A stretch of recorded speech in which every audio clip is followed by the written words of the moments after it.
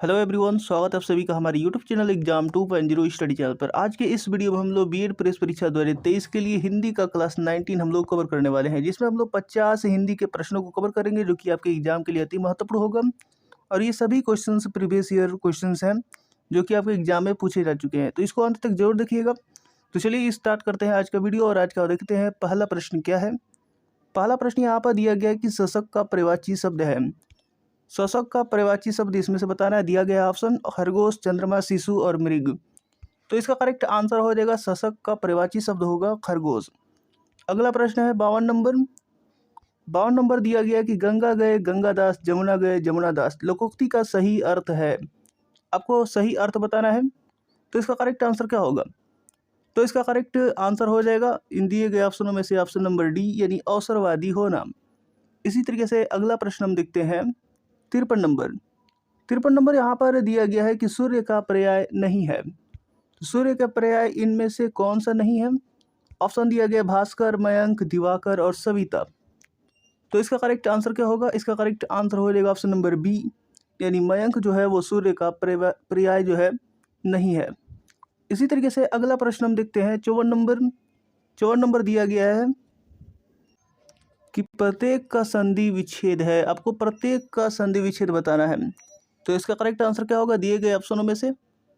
तो इसका correct answer हो जाएगा ऑप्शन नंबर ए, यानी प्रतिधन एक प्रत्येक का संधि विच्छेद होगा।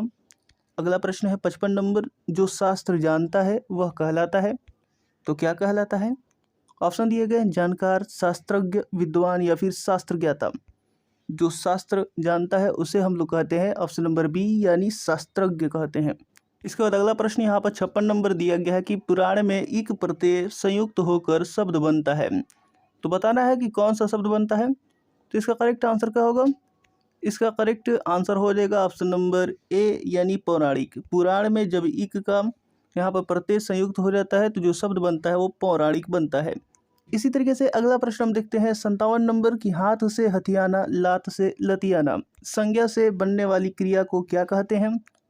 तो इसका करेक्ट आंसर क्या होगा? तो इसका करेक्ट आंसर हो जाएगा दिए गए ऑप्शनों में से ऑप्शन नंबर डी, यानी नाम धातु क्रिया। नाम धातु क्रिया हो जाएगा। इसी तरीके से अगला प्रश्न हम देखते हैं 58 नंबर। अब 58 नंबर यहाँ पर दिया गया है कि मीठा विशेषण से भाववाचक संज्ञा बनती है। तो बताना है कि मीठा विशेषण से भाववाचक संज्ञा कौन सी बनती है। तो इसका करेक्ट आंसर हो जाएगा ऑप्शन नंबर डी, यानी मिठास। इसके बाद अगला प्रश्न यहाँ पर 59 नंबर दिया गया कि कोई आया है वाक्य में कोई किस प्रकार का सर्वनाम है।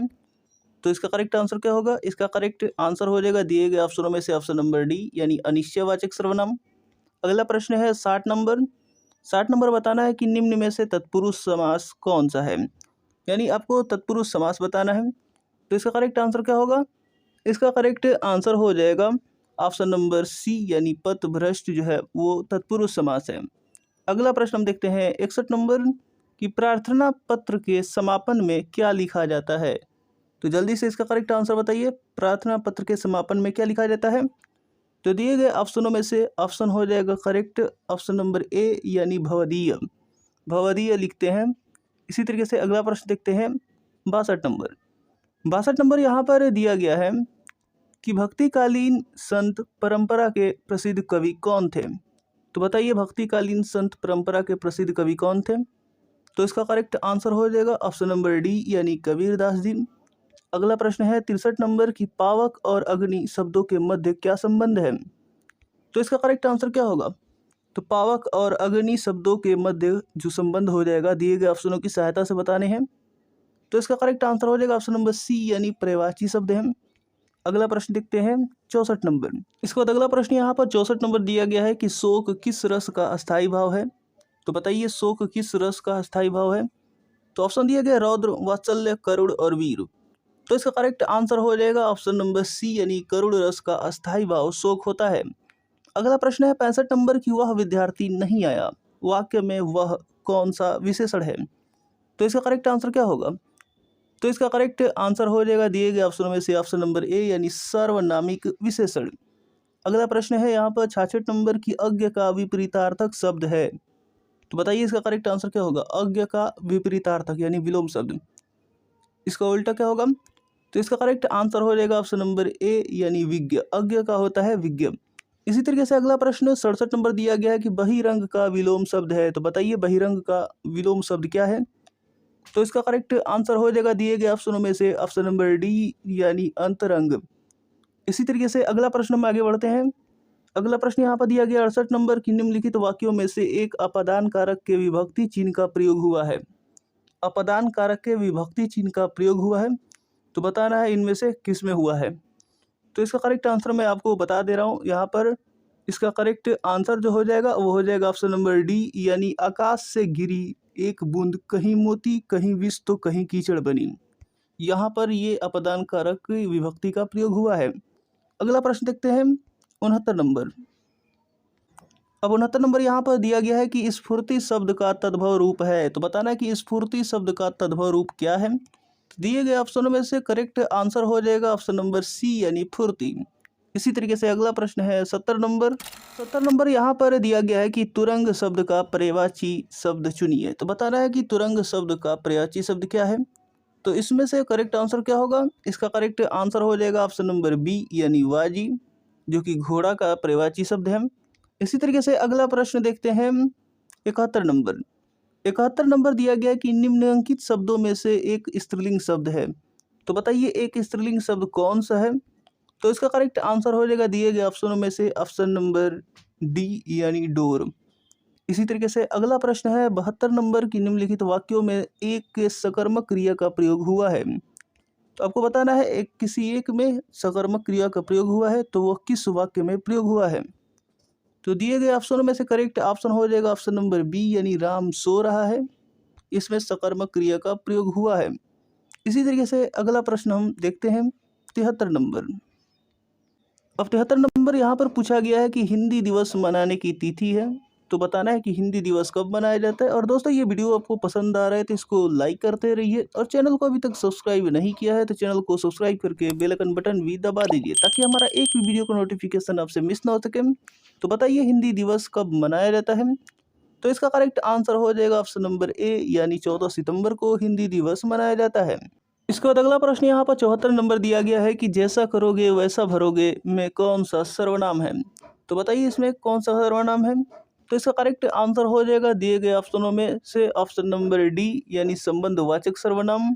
इसी तरीके से अगला प्रश्न यहाँ पर दिया गया है 75 नंबर की 6 के बारे में सही नहीं है, तो बताइए 6 के बारे में क्या सही नहीं है। तो इसका करेक्ट आंसर हो जाएगा ऑप्शन नंबर यहाँ पर बी यानी कंठ ध्वनि है, ये बात सही नहीं है। इसी तरीके से अगला प्रश्न देखते हैं 76 नंबर।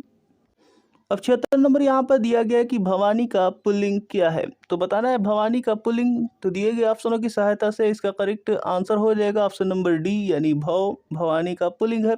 इसी तरीके से अगला प्रश्न है 77 नंबर की उत्पत्ति की दृष्टि से हिंदी शब्द समूह को कितने वर्गों में बांटा जाता है, तो बताइए उत्पत्ति की दृष्टि से हिंदी शब्द समूह को कितने वर्गों में बांटा जाता है। तो इसका करेक्ट आंसर हो जाएगा ऑप्शन नंबर ए यानी 5 वर्गों में बांटा जाता है। इसी तरीके से अगला प्रश्न देखते हैं 78 नंबर। अब 78 नंबर यहाँ पर दिया गया है कि जो कठिनाई से प्राप्त किया जा सके शब्द समूह के लिए एक शब्द दें, तो बताइए जो कठिनाई से प्राप्त किया जा सके उसके लिए एक शब्द क्या होगा। तो इसका करेक्ट आंसर हो जाएगा ऑप्शन नंबर सी यानी दुर्लभ। इसी तरीके से अगला प्रश्न देखते हैं 79 नंबर। 79 नंबर दिया गया कि वे शब्द जो विभिन्न पदों, वाक्यों तथा वाक्य खंडों को जोड़ते हैं कहलाते हैं, तो क्या कहलाते हैं।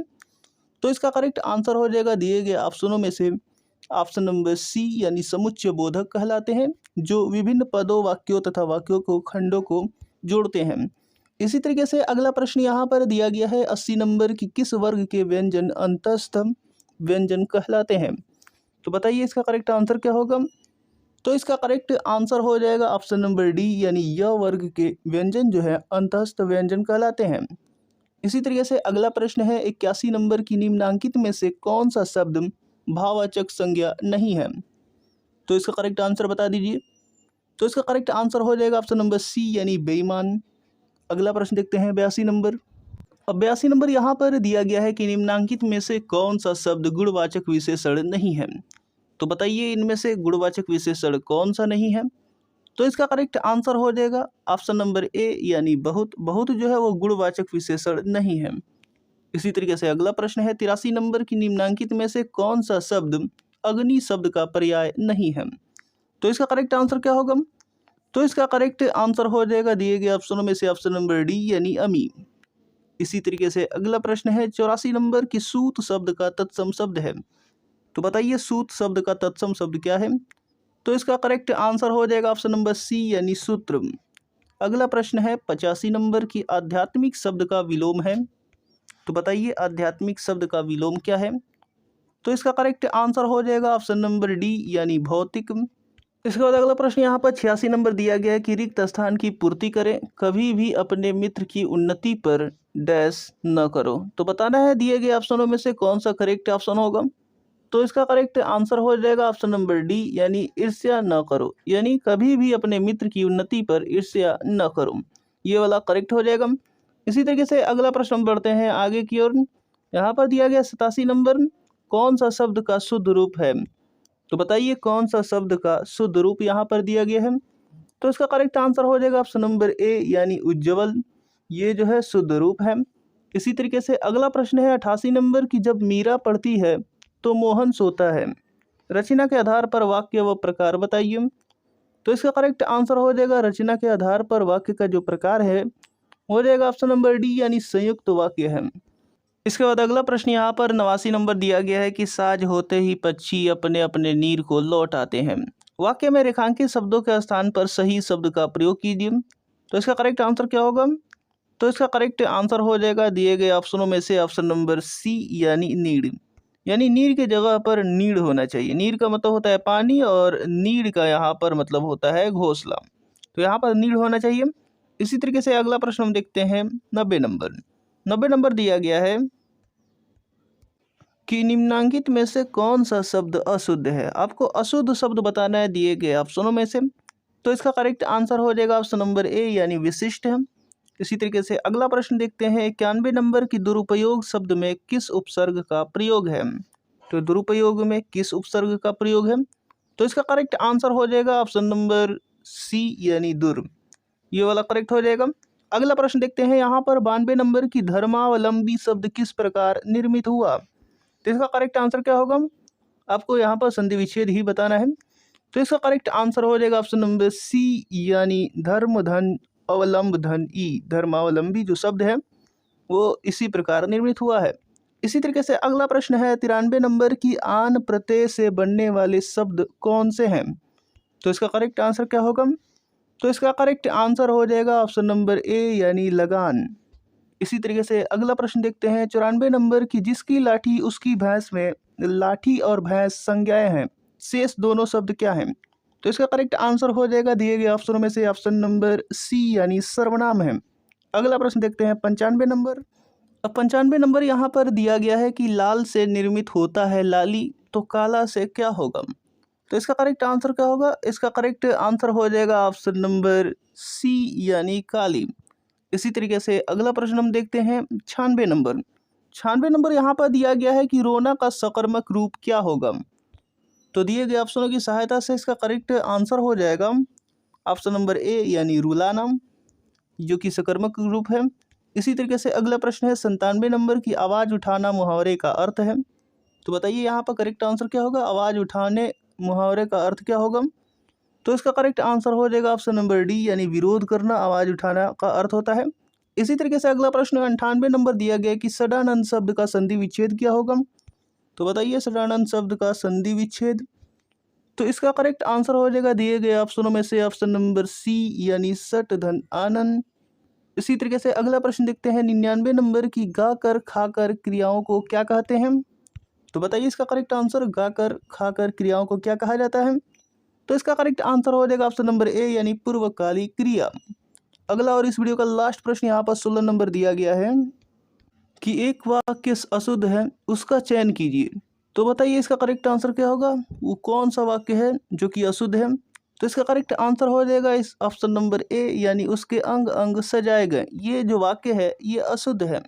तो उम्मीद करता हूँ कि वीडियो आपको पसंद आया होगा और इसी तरीके के और नए वीडियोस देखने के लिए हमारे साथ जुड़ जाइए और चैनल को अभी तक सब्सक्राइब नहीं किया है तो चैनल को सब्सक्राइब करके बेल आइकन बटन भी दबा दीजिए ताकि हमारा एक भी वीडियो का नोटिफिकेशन आपसे मिस ना हो सके। तो मिलते हैं अगले वीडियो में।